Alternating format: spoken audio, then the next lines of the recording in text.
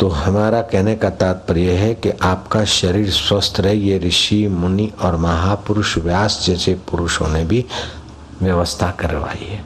मन प्रसन्न रहे और बुद्धि में बुद्धिदाता का प्रकाश ऐसा है कि मौत आए तो आपको, जैसे किसी अपराधी को पुलिस देखती तो अपराधी कांपता है, लेकिन संत के पास पुलिस आती तो वो महाराज कई बंदूकधारी, कई कुछ PSI, कई IG, कई DIG, कई डायरेक्टर,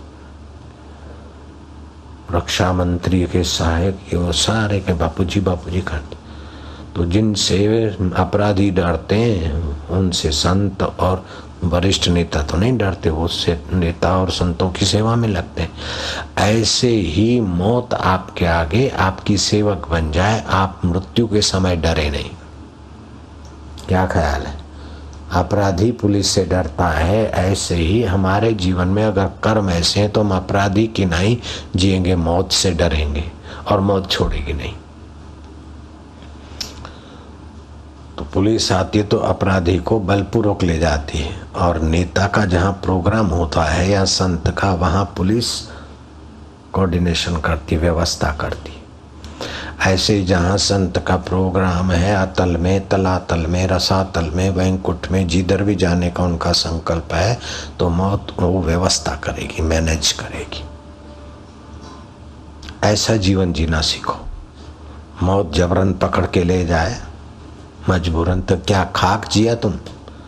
जीवन जीना भी आर्ट है, और जीवन जीने की आर्ट आ गई तो मरने की भी आर्ट आपके जेब में ही आ जाएगी।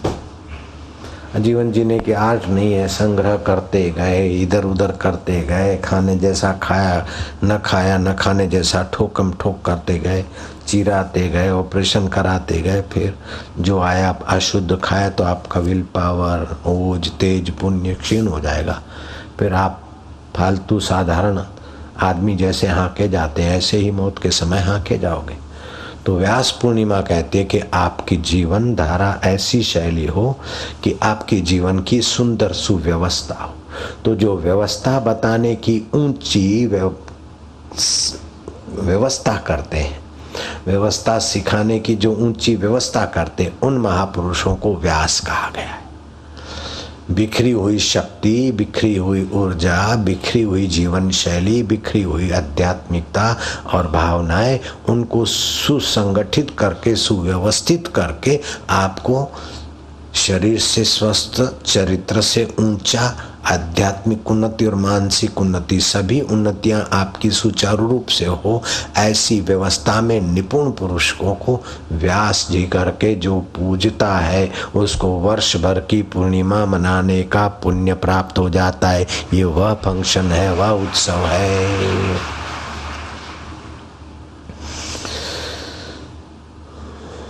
जैसे व्यास जी कहते हैं कि आप जो अच्छे कार्य करते हो, पवित्र कार्य करते हो, भक्ति के कार्य करते हो, गुरु दीक्षा लेते समय सात्विक कार्य, तो स्त्री आपके दाएं होनी चाहिए, जमणे होनी चाहिए।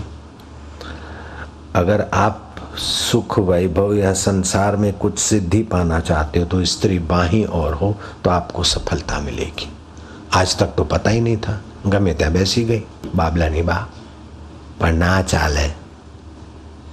ऐसे ही आपको अगर जल्दी मरना है तो दक्षिण के तरफ बैठ के खाना खाया करो, हार्ट अटैक आएगा, एक्सीडेंट होगा, आप जल्दी रवाना हो जाएंगे। अगर आपको देर से मरना है, सुव्यवस्थित जीना है, तो पूर्व के तरफ अथवा तो उत्तर के तरफ मुंह करके भोजन करो।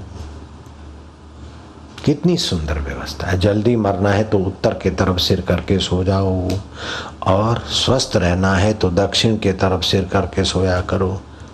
ये प्राथमिक बातें भी स्कूलों में, कॉलेजों में नहीं बताई जाती है, इसलिए हमारा देश विदेश में करोड़ों रुपए दे दे के और स्वास्थ्य खो रहा है, शरीर से कंगाल हो रहा है, मन से हमारा युवा धन कंगाल हो रहा है, आदर से भी कंगाल हो रहा है, सच्चरित्रता से भी हमारा युवा धन कंगाल हो रहा है।